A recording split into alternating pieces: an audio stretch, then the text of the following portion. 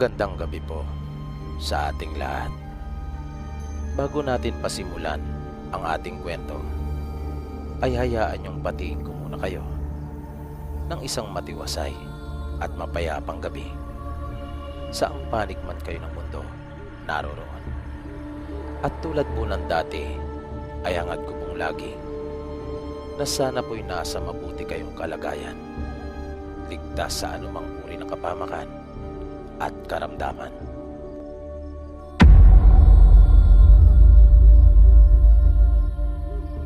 Magandang araw po sa inyong lahat. Freddy nga po pala, isa ring probinsyano. Ipinanganak at lumaki ako sa probinsya nila tatay.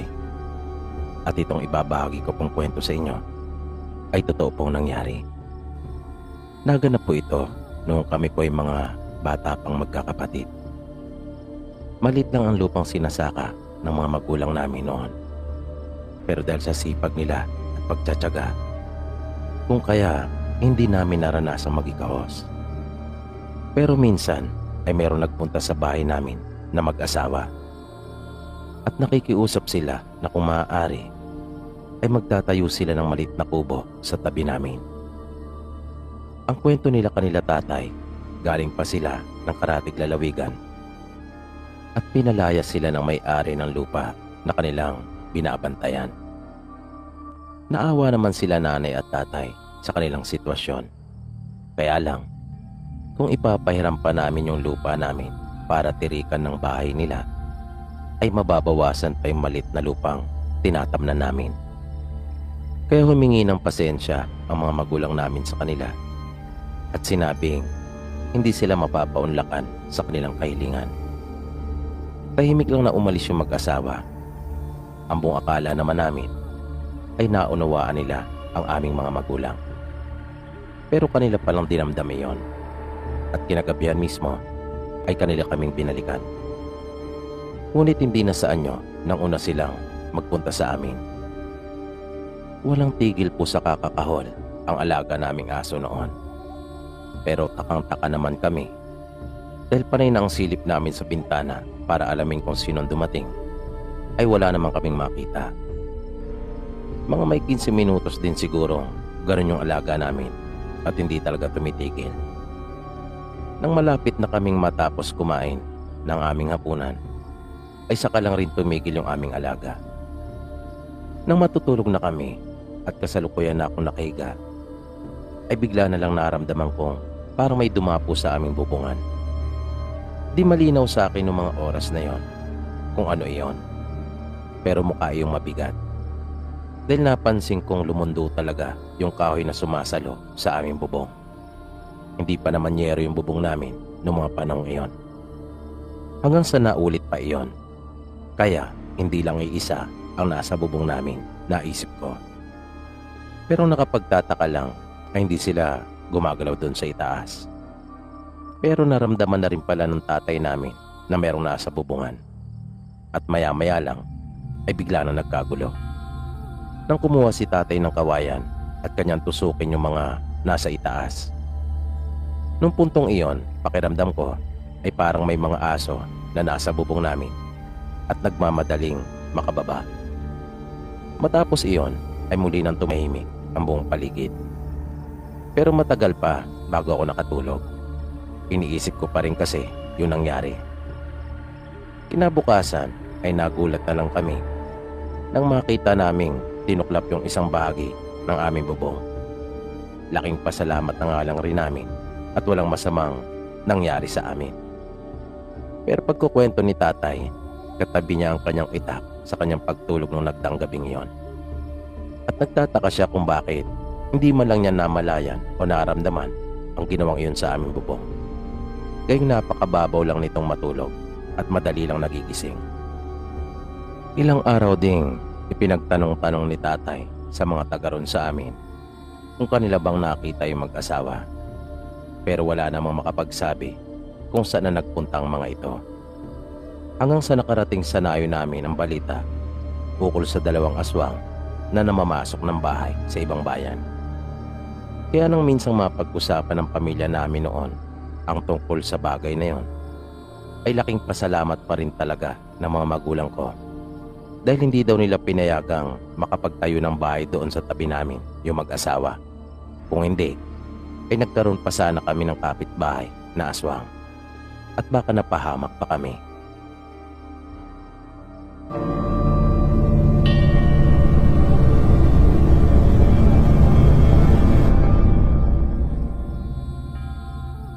Ako po si Lorena at itong ibabahagi ko pong kwento sa inyo ay totoo pong lahat. Personal ko pong karanasan ito. Ako po ay maagang naulila. Nasama po kasi ang mga magulang ko sa isang malagim na aksidente. Tandang-tanda ko pa nga ang araw na yon. Kanila sana akong susunduin sa probinsya. Isinama kasi ako ng lola ko nang minsan magpunta ito sa amin sa Maynila. Ang tanong ko pa nga noon kay lola kung kailan darating ang nanay at tatay ko para sunduin ako. Lagi naman niyang sinasabi sa akin na malapit na. Hanggang isang araw, habang naglalaro ako, ay kanya ako nilapitan. At sinabing darating na ang mga magulang ko sa kinabukasan. Kaya nangingiti pa nga akong biniro ni lola at sinabihan na magpakabait daw ako. Dahil marami silang pasalubong para sa amin ni lola. Nang sumunod na araw, maaga pa, ay panay na naman ang pagtatanong ko kay lola kung anong oras darating sila nanay. Halos makulitan na ito sa akin dahil sa walang sawa at tigil kong pagtatanong kung bakit wala pa sila. Pero siniguro naman sa akin ni lola na parating na raw ang mga magulang ko. At siguradong marami silang dalang pasalubong na mga candy at biskwit. Nang tanghali na ay nakita kong nag-aay na si lola. Kumain na raw muna kami ng tanghalian. At siguradong maya-maya lang ay nariyan na raw ang mga magulang ko. Hanggang sa nabitawan ko ang baso nang ako'y umiinom. Nahulog ito sa sahig at kaagad nabasag. Nakita ko matinding takot sa mukha ni lola at bigla siyang nataranta. Paulit-ulit ko ring narinig mula sa kanya ang mga katagang wag naman sana. Mabilis na lumipas ang mga oras. Naroon ako sa pinakabalkonay at nakapangalumbaba sa may pasamano nito. Malungkot na malungkot ako dahil wala pa rin ang mga magulang ko. Muli kong tinanong si lola kung bakit wala pa sila. Maikli ang naging sagot niya sa akin. Hindi ko alam ako. Pero nakikita kong panay ang hawak niya sa kanyang dibdib. At kitang-kita ko rin ang lungkot sa kanyang mukha. Para siyang nahihirapang huminga. Nang palubog na ang araw, ay di ko na napigilan pa ang aking sarili na mapaiyak. Kaya nilapitan ako ni lola at pilit akong pinapatahan. Niyakap niya ako na maigpit. At maya-maya pa kahit siya ay napansin ko umiiyak na rin. Sinabi niya sa akin na wag na raw ako malungkot. Kinabukasan daw ay pupunta kami ng bayan. At ibibili niya ako ng lahat ng magustuhan ko. Pwede niya raw akong bilhan ng bagong damit, tsinelas at mga laruan. Kakain din daw kami ng ice cream at bibilan niya ako ng maraming candy at tinapay. At dahil sa bata pa ako noon, kung kaya medyo gumaan naman ang pakiramdam ko. Kaya maaga kami natulog nung gabing iyon. Madalas kasi ay kanya akong kinukwentuhan. Pero nung pagkakataon na yon ay natulog na kami kaagad. Dahil sa maaga pa raw kami gigising para pumunta ng bayan. Malayo kasi ang bayan mula sa bahay nila lola at malayo din ang nilalakad. Papunta pa lamang sa kalsada kung saan dumaraan ang mga sasakyan. At madalang pa ang mga bumabiyahe noon, mangilan-ngilan pa lamang. Nang sumunod ng araw, madilim-dilim pa, ay ginising na ako ni lola. Kumain kami ng nilagang saging bilang aming agahan at nagbihis na kami. Nag-uumpisa pa lang tumilaw ang mga manok ay pababa na rin kami ng bahay ni lola at paalis na. Nang naglalakad na kami ay ilang beses kami nagpahinga dahil hindi pa talaga ako sanay na maglakad ng malayo. At yun din ang isang ipinagtataka ko. Dahil may edad na si lola pero maliksi pa ito at malakas. Ni hindi ko nga siya nakitang humihingal. Samantalang ang layo na ng nalakad namin. At saka may nilakaran pa kaming pataas. dahil nasa ibaba pa ng bundok yung bahay nila lola. Kailangan naming akyatin yung bundok, pagkatapos maglalakad ng malayo pababa para aming marating yung kalsada. Pero sa tuwing sinasabi ko kay lola na magpahinga kami, kanya naman akong pinagbibigyan. At dahil sa paulit-ulit kong pagpapahinga, kung kaya kahit napakaaga naming umalis ng bahay ay ang taas na ng sikat ng araw nang kami ay dumating sa bayan. At tinupad naman ni lola yung kanyang mga ipinangako sa akin. Ramdam ko na mahal talaga ako ni lola. Inabutan na rin kami doon ng tanghalian, kung kaya kumain kami sa isang karinderya. Pero halos ako lang ang kumain ng lahat ng inorder namin. Maya-maya ay nakarinig kami ng dalawang babaeng malakas na nag-uusap. Bigla talagang napalingon si lola sa kanila at nakita ko ang luha sa kanyang mga mata. Kaya tinanong ko na naman si lola kung bakit. Sinabihan niya ako na bilisan ko na raw yung aking pagkain at may pupuntahan kami. Pero nang tanungin ko naman si lola kung saan kami pupunta, ay hindi naman niya ako sinagot. Hindi malinaw sa akin noon kung ano ang narinig niya na pinag-uusapan ng dalawang babae. Hindi ko rin alam kung ano ang narinig niya mula dun sa dalawang babae na nagpaiyak sa kanya. Mula dun sa kinainan naming karinderya ay sumakay kami ng tricycle ni lola. Pagbaba namin ay nakita ko sa tapat ang malaking karatula na may nakasulat na punerarya. Hindi ko pa naman alam ng mga pagkakataon na yon kung ano ang punerarya. Alam ko lang iyong basahin, pero di ko pa alam noon kung ano iyon. Hawak-hawak ako ni lola sa aking kamay at pumasok kami sa loob. Sinalubong kami ng isang lalaki at nag-usap silang dalawa ni lola. Habang ako naman ay abalang-abala na noon sa kakatingin sa mga kabaong. Kinilabutan ako at natakot talaga. Doon ko palang naisip na may mga kabaong pala sa punerarya.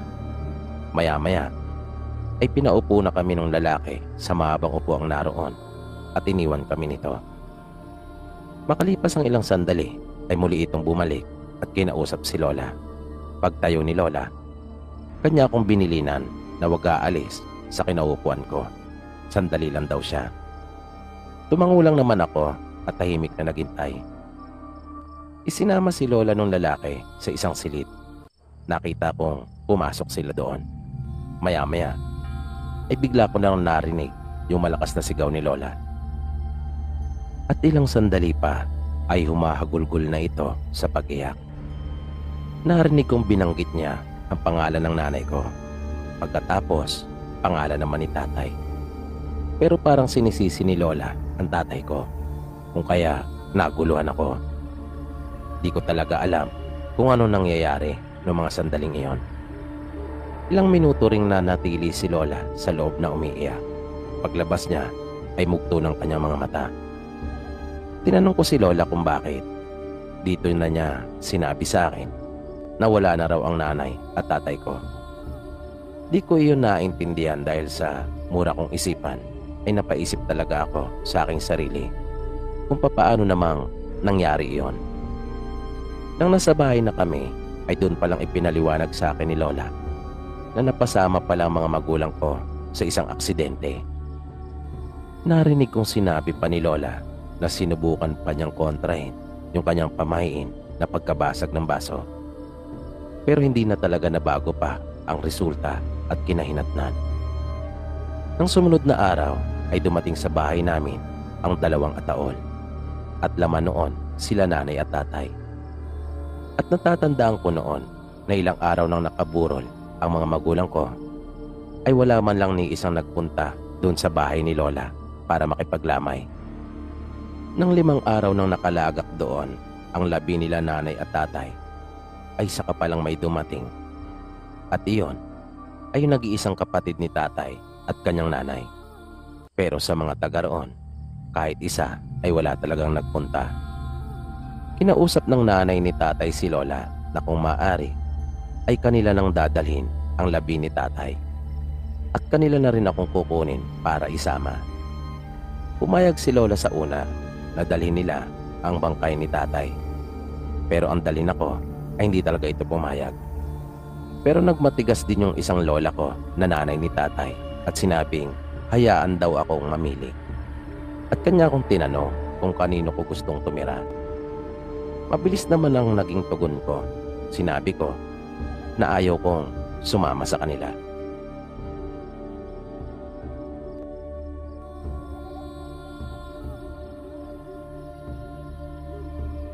Wala nga pong nakipaglamay sa burol ng mga magulang ko, Sir PB. Maliban sa lola ko na nanay ni tatay at kanyang kapatid. Hindi ako sumama sa kanila dahil napansin ko na may pagkamatara yung nanay ni tatay. Parang hindi maganda yung ugali niya. Kung kaya mas pinili ko si Lola Trining. Nang sumunod na araw ay kanilang kinuha ang labi ni tatay. May mga dumating na kasama nila. At dahil mahirap ang daan, kung kaya mano-mano talaga nila itong binuhat. Pero pagdating daw sa bahaging patag, ay mayroon ng karosa na naghihintay. Doon daw nila ilalagay at ipahihila sa kalabaw ang kabaong ni tatay. Hindi na kasi kami sumama ni Lola pagkat wala namang may iwan kay nanay. Kaya napakalungkot talaga nung araw na iyon para sa akin. Dahil sa huling sandali ay di ko pa nakasamang pareho ang mga magulang ko at nagkahiwalay pa sila. At sigurado ako hindi rin gusto ng mga magulang ko yung nangyari. Dahil alam kong mahal na mahal nila ang isa't isa at ayaw nila magkahiwalay. Nang mga sumunod na gabi, kapag nakahiga na ako at matutulog, ay naririnig ko si Lola na mayroong sinasabi. Hindi ko alam kung ano iyon pero para siya nagdarasal. Ngunit ibang lengguwahe ang naririnig kong sinasabi niya. At pagkatapos noon ay kakausapin niya si nanay. At makaraan ng ilang sandali ay bigla na lang itong iiyak. Madalas niyang sabihin ang mga pangusap na kung nakinig ka lang sana ay di mo sasapitin ito. Sana ay buhay ka pa at magkapiling tayo. Yan ang madalas kong naririnig na sinasabi ni Lola sa nanay ko. Matagal ibinurol sa bahay ni Lola ang labi ni nanay. Halos 2 linggo. Kung hindi ako nagkakamali, ay 13 araw yon. Isang gabi, nang bigla akong nagising at bumangon ako para sana umihi. Paglabas ko sa kwarto, ay pupungas-pungas pa ako. At nakita ko na tila ba mas maliwanag. Kung kaya nagtaka ako. Dahan-dahan ako naglakad papunta sa may gilid ng dingding. At nakita ko ang maraming kandilang kulay itim na mayroong sindi na siyang pinagmumulan ng mga liwanag. Nakapalibot iyong kay Lola at nasa gitna siya. Mayroon ding isang makapal na librong naroon at kung ano-ano pang mga bagay. At nakapikit ang kanyang mga mata habang bumibigkas ng mga salitang kakaiba. Medyo kinilabutan ako noong mga oras na iyon dahil kakaiba iyon sa karaniwang pagdarasal na aking nakikita at naririnig. May pagkakataon pa ngang bigla na lang idinidipa ni Lola ang kanyang 2 kamay. At nakadagdag pa sa takot ko yung kanyang suot dahil itim lahat. Kaya mas nagdahan-dahan pa ako nang simulan ko nang lumakad uli para magpunta sa banyo. Sa bawat araw na nakaburol doon si nanay sa bahay ni Lola, ay nararamdaman ko na ayaw ni Lolang mawalay sa kanya si nanay. Nakikita ko ito sa kanyang mga ginagawa at ikinikilos. Panay din ang iyak niya. Parang walang sandali na hindi ko siya nakikitang umiiyak at tinahaplos ang kabaong ni nanay. Madalas pa nga ay niyayakap niya ito at kinakausap. Minsan, nang palabas ako ng silid, ay narinig ko rin na sinabi ni Lola na ginawa na niyang lahat para ibalik si nanay. Sinikap daw niyang buhayin si nanay pero kahit anong gawin niya ay bigo pa rin siya. Sinubukan at ginawa na raw niya ang lahat, sabi niya kay nanay.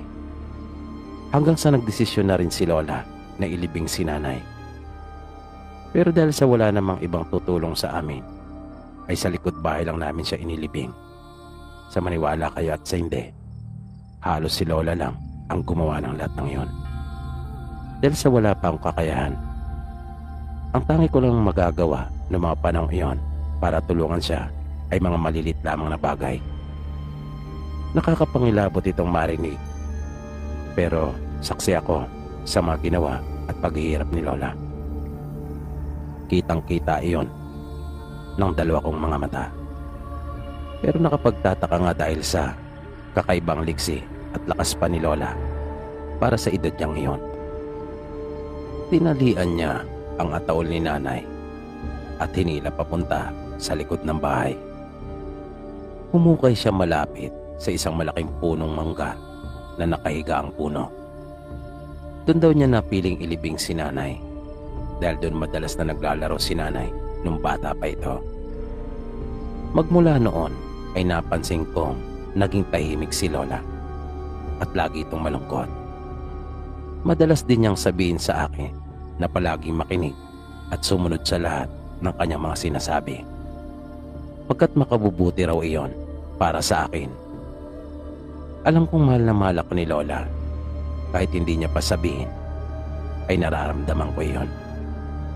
Pero parang napapansin ko na sumobra yung ginagawa niyang pag-aalaga sa akin at pagpoprotekta. At dahil nga doon, ay muntik na akong hindi makapag-aral. Dahil ang gusto niya ay dumulang akong lagi sa bahay at magkasama kami. Buti na nga lang rin at nagbagong kanyang isip. Hindi ko alam kung nakapagpabago sa isip niya, pero nagpapasalamat ako. Dahil kung hindi, ay lumaki sana akong mangmang at walang kaalam-alam sa buhay. Pero may kalayuan yung paaralan doon kanila Lola at nag-iisa lamang iyon. Isang maliit lang na silid-aralan at iisa lang din ang guro at hanggang 3 baitang lang na siya lahat ang nagtuturo. Hindi ko alam kung maniniwala kayo sa akin kapag sinabi kong halo-halo na kami lahat doon, sama-sama. Magkakaiba nga lang kami ng mga ginagawa. Magkakaiba yung mga pagsasanay na ibinibigay ng guro sa amin. At kahit malayo ay talagang hatid sundo ako ni Lola. Pero napansin ko na yung mga bata nag-aaral doon ay para bang pinangingilagan siya. Natatakot sila. Pati nga yung guro namin mismo ay para bang ilag sa kanya. Hindi ko alam kung bakit. Pero minsan ay may isang mag-aaral doon na nasa 2 baitang ang biglang nagbiro sa akin. Ang totoo ay hindi naman masasabing pang-aasar iyon o pambubuska. Pero pinagsabihan kagad ito ng ibang mga mag-aaral doon na itigil niya ang kanyang ginagawa kung ayaw daw nitong lumubong bigla ang tiyan o di kaya na may madagit ng wala sa oras. Hanggat maaaring araw ay wag na akong kausapin kung ayaw nitong mapahamak. At dahil sa mga narinig ko kung kaya nagtaka naman ako kung bakit nila nasabi ang mga bagay na yon. Pero naisip ko na kaya pala walang kumakausap sa akin. Pero bakit? At ano yung sinasabi nilang mapapahamak? Nalolobong bigla yung tiyan. Madadagit ng wala sa oras. 7 taong gulang pa lamang ako noon, kung kaya hindi ko pa talaga kagad maintindihan yung kanilang mga sinasabi. Pero minsan ay nagawa kong maitanong yung kay Lola. Medyo nagulat pa nga ito nang marinig yung tanong ko at hindi kagad siya nakasagot. Para bang natigilan siya at napaisip na bigla. Pero sinabi niyang huwag ko raw pansinin ang mga iyon. Dahil sadya lang daw may tililing ang karamihan ng mga bata doon sa kanilang lugar. Pero bigla niya akong hinawakan sa magkabilang balikat at harap-harapan niya akong kinausap. Sinabi niya sa akin na kapag may nagsalita sa akin na hindi maganda o di kaya'y nanakit, ay sabihin ko raw kagad sa kanya. At kitang-kita ko ang galit sa mga mata ni Lola habang sinasabi niya mga bagay na yon sa akin. At nang hindi ako kagad nakasagot, ay mabilis niyang inulit at may galit pa sa kanyang tinig. Kaya natataranta akong sumagot noon sa kanya ng opo. Ayaw daw niyang may mang-aapi sa akin, pagkat hindi raw siya makakapayag. At mula nang nandun ako kay Lola, ay palagi siyang may ipinapakain sa akin na kakaiba. Madalas niyang sabihin sa akin noon na maganda iyon para sa aking kalusugan. Matinding panlaban daw iyon sa anumang uri ng sakit. At magpapalakas daw iyon sa akin. Kaya ako naman, bilang isang masunuring bata, ay akin namang kinakain iyon.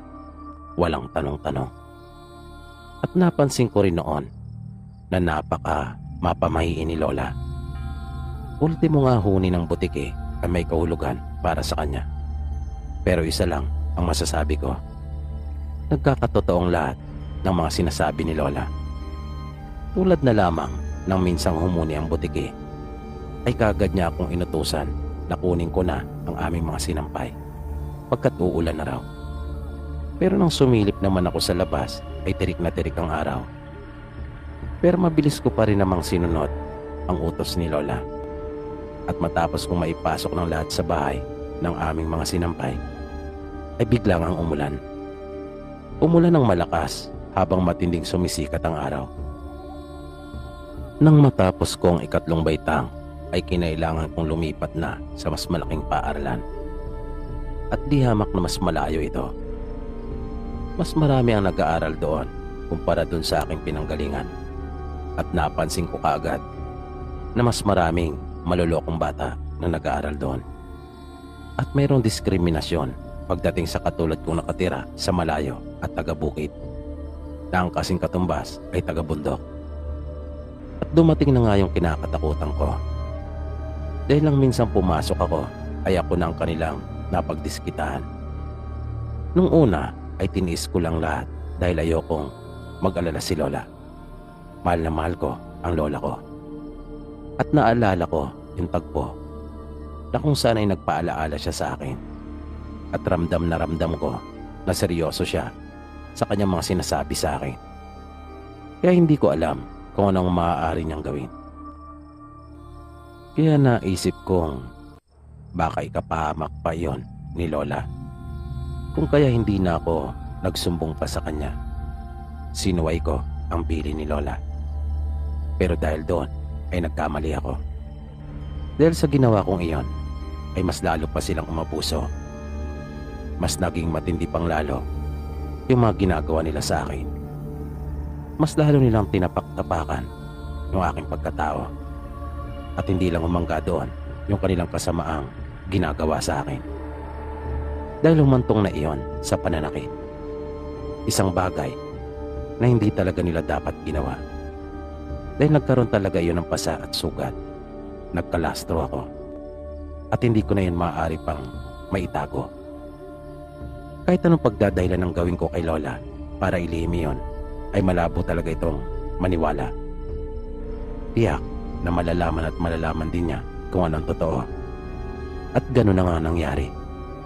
Sa kabila ng mga pagsisinungaling at pagdadahilan ko para maiwasan ang mas malaking gulo, ay hindi naniwala sa akin si Lola. Pagkatalata talaga at mababakas na yung mga tinamo kong pasa at sugat ay kagagawan ng ibang tao. Kitang-kita ko ang matinding galit sa mga mata ni Lola. Makailang ulit niya pa nga akong pinaamin at tinanong kung sinong gumawa nun sa akin. Sinabi ko kay Lola na hayaan na lang dahil kaya ko pa naman at baliwala lang yun sa akin. Pero mas lalo pa ito nagalit at hindi niya matanggap yung mga sinabi ko. Narinig ko pa nung sinabi niya na naranasan na rin niyang maging mapagpakumbaba at magkaroon ng mahabang pasensya. Naranasan na rin niya noon at sinubukang wag lumaban. Pero mas malala pa ang naging resulta dahil sa ginawa niyang iyon. Pagkat likas daw iyon sa mga taong mapangapi na habang hindi ka lumalaban ay mas lalo ka pa nilang aapihin. At ang naging bunga noon ay ang pagkamatay ng kanyang asawa, ang tatay ni nanay. Kaya nang sumunod na araw Nang ihatid niya ako sa aming paaralan, ay galit na galit niyang kinausap yung mga kaklase kong gumawa noon sa akin. Doon pa lang nalaman ng aming guro ang tungkol doon at kanyang pilit na pinapakalma si Lola. Napagalitan pa nga ako ng aming guro noon dahil sa hindi ko pagsasabi sa kanya. Bakit daw hindi ako nagsumbong? Ako pa ang nasisi. Kasalanan ko pa. Kaya lalong nagalit si Lola. Kaagad na pinatawag ang magulang ng mga kaklase ko na ang isa pala sa kanila, ang nanay, ay guro din sa paaralan naming iyon. At nabalitaan ko na yung mismong nanakit pala sa akin ay apo naman ng aming punong guro. Kaya nang magkaharap-harap sila nila Lola ay halatang halata na mayroong pinapaburan. Pakiramdam ko ay kanila kaming pinagkaisahan. Naawa ako kay Lola. Lalo na nang makarinig ako ng mga hindi magagandang salita na ipinapatungkol sa kanya. Naiyak ako ng mga oras na iyon. Pero pilit akong pinipigilan ni Lola. Pakailang ulit niyang sinabi sa akin na wag ko raw sayangin yung aking luha sa mga walang kwentang taong katulad nila. Ilang beses niyang pinahid yung luha ko at sinabing wag ko yun ipakita sa kanila.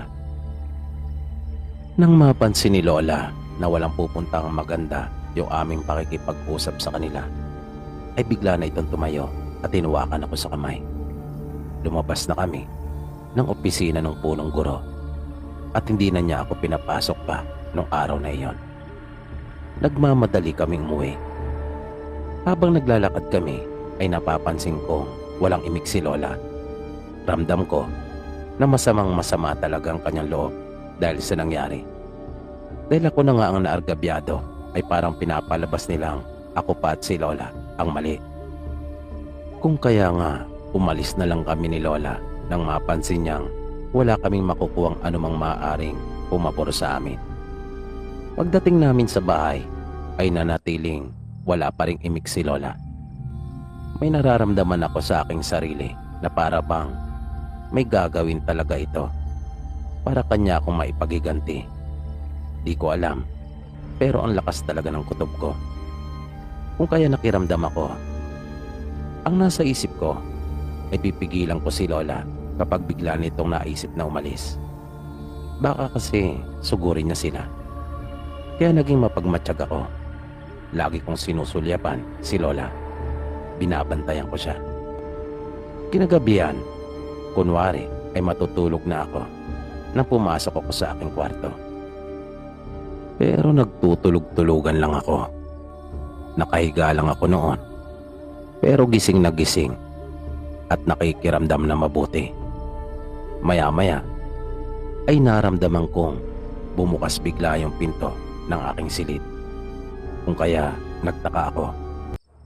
Naisip ko kaagad na marahil ay sinisilip ako ni Lola at inaalam niya marahil kung ako ay natutulog na.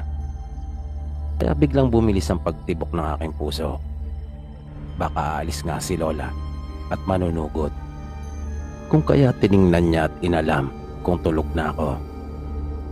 Paglabas ni Lola ay pinalipas ko lang muna ang ilang sandali at pagkatapos ay bumangon na ako para silipin si Lola. At akin siyang pipigilan kapag nalaman kong ito ay lalabas. Dahan-dahan akong lumapit sa may pinto ng aking silid. Maingat ko yung binuksan. May naramdaman ako. Nasa silid niya si Lola, kaya dahan-dahan ako naglakad papunta doon. Maya-maya pa ay narinig ko na ang tinig ni Lola. At ibang lengguwahe na naman ang kanyang sinasalita. Pero nung pagkakataon na yon ay sadya iyong nakakapangilabot. Sinubukan kong sumilip sa may siwang. Nakita kong nakasuot na naman siya ng kulay itim at napapalibutan ng mga kandilang kulay itim din. Para iyong isang seremonya. Hanggang sa nakita kong may biglang dinampot si Lola. Isa iyong manika. May nakita kong ipinapatak si Lola ng mga hibla ng buhok doon sa manika. Para niya iyong binubudburan. Tapos Makailang beses niyang pinilipit ang mga kamay ng manika, ganon din yung mga paa. At pagkatapos ay kanya iyong inilapit sa apoy. Nakakatakot ang itsura ni Lola. Nanlilisik ang kanyang mga mata habang titig na titig doon sa manika. Maya-maya ay mayroon na naman siyang kinuha na isa pang manika at iyon naman ang kanyang dinasalan. At matapos iyon ay makailang beses niya yung tinusok ng matulis na bagay.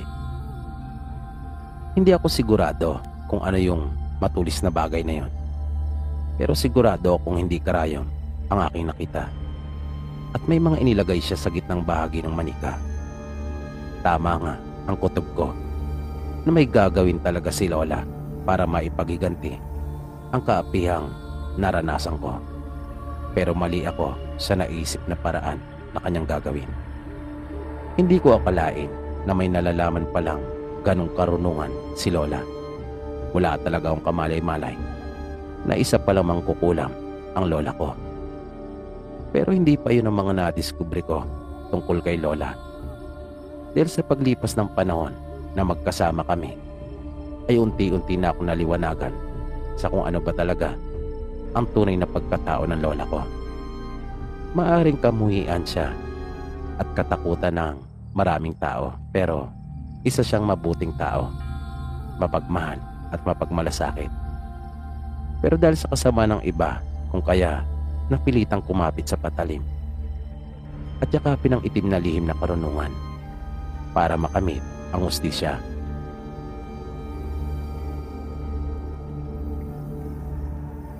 Nakita ko nga po ang mga ginawa ni Lola. Kanyang pinarusahan yung mga taong nang api sa amin. At dito ko na rin nalaman kung bakit pinangingilagan siya ng mga taga sa amin. At nang pumasok na akong muli sa aming paaralan, ay nalaman ko na hindi na pumasok yung mga nakausap namin dahil nagkasakit. Kabilang na ang mismong punong guro ng paaralan namin. Nanatili lang natikom ang aking bibig kahit pasigurado akong may malaking kinalaman si Lola sa kanilang pagkakasakit. Naisip ko noon na tama na rin na maranasan nila iyon dahil sa mga ginawa nila sa amin ni Lola. Isang araw habang nasa bahay ay kinausap akong muli ni Lola. Sinabi niya sa akin na para wag akong matulad sa sinapit ni nanay, dapat daw ay sundin ko siya. Tumango naman ako at sumang-ayon kay Lola. Nalaman ko mula sa kanya na naglayas pala nun si nanay dahil ayaw nito sa ipinapagawa sa kanya ni Lola. At nakilala niya si tatay. Nang ipanganak na ako ay saka pa lang sila nagkaayos ni Lola. Ngunit sa kasamaang palad nga ay napasama naman sila ng tatay ko sa isang malagim na aksidente. At dito ko na naunawaan kung bakit madalas kong marinig na sinasabi noon ni Lola sa labi ni nanay na sana'y buhay pa ito kung nakinig lamang sa kanya. Dahil kung tinanggap lamang ni nanay at ginawa yung lahat ng nais ni Lola, ay siguradong kayang-kaya niyang malampasan ang aksidenteng iyon. Dahil hindi po basta-basta namamatay ang mga aswang. Tama po kayo sa inyong narinig. May kakayahan si Lola na gawing aswang ang sino man. At iyon din ang gusto niyang mangyari sa akin. At kabaliktaran sa naging pasya ni nanay ang naging desisyon ko. Hindi katulad ni nanay, tinanggap ko at pumayag ako sa nais na mangyari ni Lola. At noon pa man ay kanya na pala akong sinisimulang ihanda. Mas pinili ni Lola ang isang mahabang proseso kaysa sa biglaan. Dahil ayon sa kanya, mas epektibo kapag ganon. Kaya naman pala ni minsan ay hindi ko malang naranasang magkasakit noon. Hindi katulad ng ibang bata. Tulad na lamang ng mga kamag-aral ko na madalas kong mabalitaan na kaya hindi nakakapasok ay dahil sa may sakit. Pero ako, wala akong matandaan na nilagnat ako o kahit simpleng ubo at sipon ay hindi ko naranasan. Ipinaliwanag sa akin ni Lola ang mga maaari kong gawin at kung ano rin ang maaaring kahinatnan ko. Pero mas pinili ko pa ring sumunod sa gustong mangyari ni Lola. Naisip ko kasi noon na ayoko nang magpaapi. Ayoko nang maulit pa yung ginawa nilang pang-aalipusta sa amin ni Lola. At masasabi kong tama ang naging desisyon ko noong mga panahong iyon. Dahil nang minsang utusan ako ni Lola para pumunta sa bayan, ay may nangyaring hindi maganda. Dalawang lalaki ang nagsamantala sa akin. Pasimple nila akong hinipuan sa maselang bahagi ng aking katawan habang sinasamantala yung pagiging matao at siksikan sa loob ng palengke. Bagay na hindi ko talaga pinalampas. At buti na lang rin na sumang-ayon ako sa nais ni Lola. Sa mga ganong pagkakataon ay magagawa ko na ipagtanggol ang aking sarili at hindi na kinakailangan pa ni Lola na mag-alala. Kayang-kaya ko nang gumanti at turuan ng leksyon ang mga ganong uri ng tao na nananamantala ng kahinaan ng iba, na hindi ko nga sila hinawakan man lang. Pangisi-ngisi pa sila habang tinitingnan nila ako at papalayo na. Wala silang kamalay-malay. Ang bungakala nila ay malinis nilang nagawa ang masamang balak at sila'y nagtagumpay. Pero di pa man nakakalabas ng pamilyan, isang tingin pa nila sa akin, maya-maya ay pareho na silang bumagsak at kapwa namimilipit sa sakit. At maya-maya lang ay pareho na rin silang di maawat sa pagsusuka. Nagtaka ang mga tao kung ano nangyari sa kanilang dalawa. Naglabasan ang mga ugat nila sa leeg dahil sa walang humpay nilang pagsusuka. Halos pigain din nila ang kanilang mga sikmura. Dumaan ako sa gilid nila at sinasabi ko sa aking sarili na nababagay lamang sa kanila yon. At bago pa ako tuluyang umalis mula doon, ay putlang-putla na ang mga muka nilang dalawa. At nagsisimula na ring bumula ang kanilang mga bibig. Kaya nataranta na ang mga taong naroon at nakasaksi ng pangyayari. Nagkagulo na doon sa pamilihan. Yun ang unang pagkakataon na ginamit ko ang aking natutunan mula kay Lola. Minsan naman ay mayroong napadaan sa bahay namin na 3 kalalakihan. At sila'y mga mangangaso. Nung unay di namin sila kinakitaan ng masamang intensyon at mukha naman silang mababait. Kaya pinatuloy namin sila ni Lola. Pero sa paglipas ng bawat minutong naroon sila sa loob ng bahay namin, ay unti-unti ko nang napapansin yung mga malalagkit nilang tingin sa akin. Mga tingin na punong-puno ng pagnanasa. At nahalata na rin pala iyon ni Lola. Kaya kasabay ng paglapag ni Lola ng nilaga niyang pagkain para sa kanila, ay pinagsabihan na niya ang mga ito. May halo iyong babala at pagbabanta. Sinabi niya sa kanila na mga dayo lamang sila kung kaya hindi nila kami nakikilala ni Lola. Pilit ipinaunawa sa kanila ni Lola na sa lugar namin ay kinakatakutan kami at pinangingilagan. Bakit naman Lola? Tanong kaagad ng isa sa kanila. Nahalatang hindi ito naniniwala sa mga sinabi ni Lola. Sinabi pa niya na mukha naman daw kaming mabait at hindi mapanganib. Lalo na raw ako dahil inosenteng inosente. Mabilis na sinagot ni Lola ang mga sinabi ng lalaki. Pinayuhan siya ni Lola na huwag papadala sa kanyang nakikita. Dahil sa likod ng mukhang inosente ay may panganib itong dala. Biglang napaisip yung lalaki. Pero parang hindi pa rin siya kumbinsido. Kaya muling ipinaala-ala sa kanila ni Lola na kung may binabalak man silang masama, ay makabubuti para sa kanila na wag na yung ituloy pa. At kitang-kita ko na binigyan sila ni Lola ng isang nakakatakot na tingin Dahilan para maramdaman nilang totoo ang sinasabi nito sa kanila.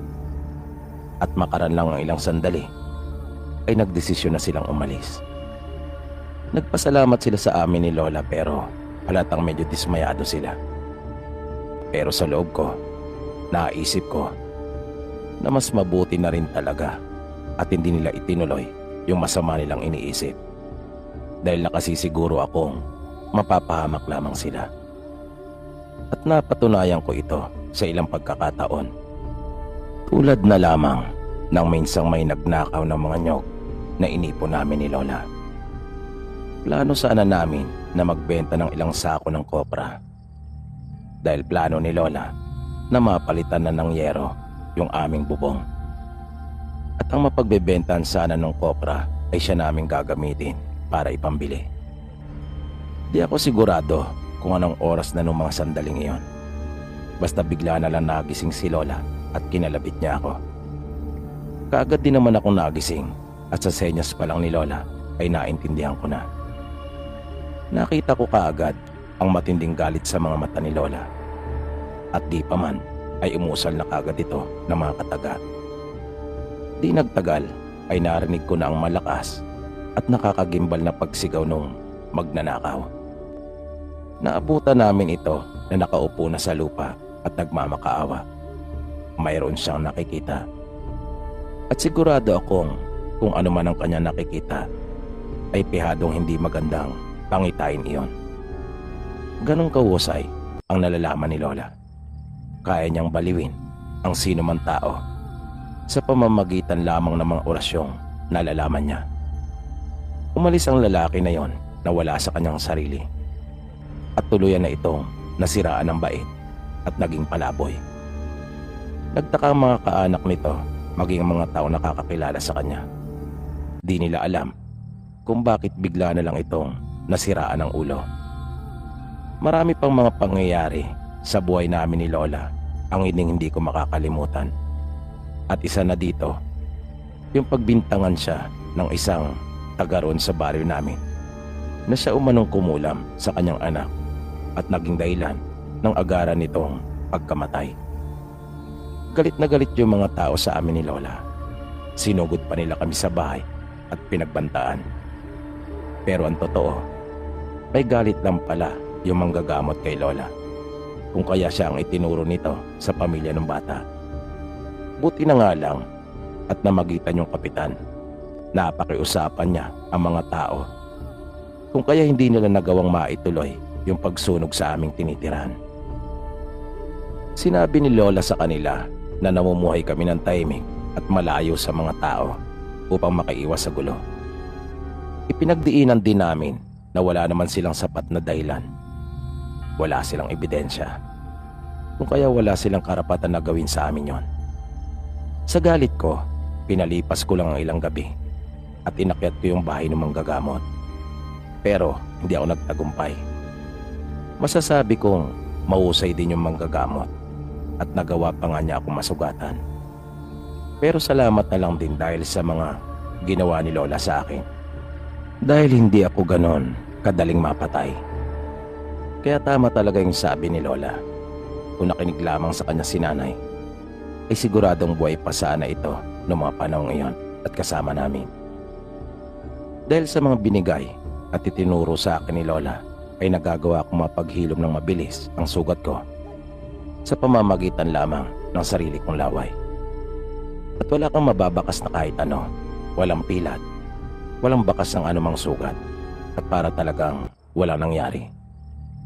Sabi sa akin ni Lola, kahit sunugin ako o gamitan ng mga matutulis na bagay o kahit pabaril, ay magagawa ko pa rin mabuhay. Dahil kakaiba ang uri ng pagkaaswang na tinataglay ko. Ngunit tulad ng ibang uri, ay kahinaan ding taglay ang pagiging aswang ko. May isa at natatanging paraan para mapatay ako. At hindi ko nababanggitin sa kwentong ito. Nalaman ni Lola yung ginawa kong pagsugod sa bahay ng manggagamot. Kanya akong pinaalalahanan na mag-ingat sa susunod. At hanggat maaari ay pagbigay alam ko daw sa kanya ano mong aking gagawin. Ilang araw ang lumipas at kumalat na sa buong bayan namin ang biglaang pagkamatay ng manggagamot. Hindi niya kinaya si Lola. Yun ang naging kabayaran niya sa ginawa niyang pagbibintang na muntik na maglagay sa amin sa matinding kahiyan at pagkasunog ng aming tahanan. Pero bago pa napabalita ang ukol sa pagkamatay ng manggagamot, ay nakita ko si Lola na nagpapahid ng langis sa buo niyang katawan nung gabing iyon. Hindi lang isang malupit at mabangis na manggagaway si Lola, kundi siya mismo ay isa ring aswang. At alam kong matindi ang naging galit niya dun sa manggagamot, kung kaya siya na mismo ang nagpunta sa bahay nito. Pero kahit anumang husay ni Lola, kahit marami siyang nalalaman, basta dumating na sa taong kanyang oras, ay wala na rin talaga itong magagawa. Maaari naman niya sanang piliin ang mabuhay, pero lalo lang siyang mahihirapan. Kung kaya nung huli, ay hiniling na rin niya sa akin na nais na niyang mamahinga. At hindi madali ang hinihiling niya ngayon sa akin. Hindi ganun kadali ang ipinapagawa ni Lola. Sinabi ko na kanina sa unahan na hindi ko nais na banggitin yung nag-iisa at natatanging paraan para magwakas ang buhay ng isang aswang na kauri namin. Pero sa tingin ko ay hindi ako makakaiwas na hindi rin ito banggitin, dahil hindi nyo malalaman kung paano namatay si Lola. Nang makiusap siya sa akin ay ayoko talaga dahil hindi ko kaya. Pero kalaunan ay wala din ako nagawa dahil sa matindi niyang pakiusap. At naaawa na rin ako sa kalagayan niya. Para mamatay ang katulad namin, kailangang maihiwalay ang ulo sa katawan. Kaya ngayon, marahil ay naintindihan nyo na nang sabihin kong hindi madali ang hinihiling ni Lola sa akin. Nang sabihin niyang nais na niyang mamayapa at magpahinga. Kaya sa kabila ng lahat ng kaalamang isinalin niya sa akin, ang lahat ng ito ay may kapalit. At sigurado akong darating at darating ang araw na yon sa akin. Kung kaya iyon ang isang bagay na talaga namang bumabagabag sa akin. Dahil naiisip ko minsan kung ano kaya ang pakiramdam noon. Mula nang mawala si Lola, ay lumipat na rin ako ng tirahan.